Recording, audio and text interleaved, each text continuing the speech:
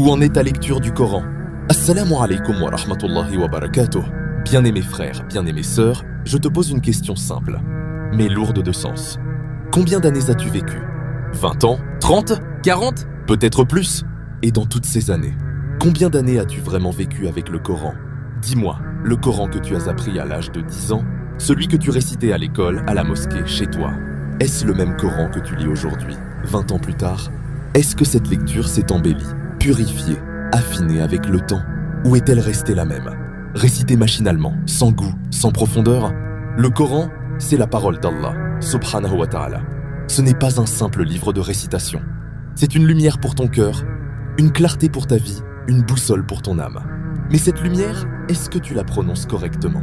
Est-ce que tu sais que chaque lettre mal prononcée peut changer le sens de ses paroles? Et pourtant, parfois, on lit sans réfléchir, sans effort, comme si c'était une habitude culturelle. Allah a révélé ce livre parfait. Mais nous, avons-nous pris la peine d'en respecter la lecture? Le tajwid, ce n'est pas un luxe, ce n'est pas une option. C'est une obligation, une preuve de respect pour les mots sacrés d'Allah, subhanahu wa ta'ala. Et tu sais quoi? Tu ne peux pas l'apprendre seul.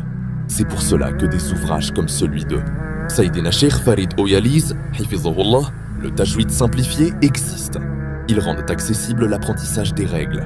Mais même avec un bon livre, tu as besoin d'un enseignant, d'un guide, quelqu'un qui corrige ta voix, affine ton oreille, éveille ton cœur.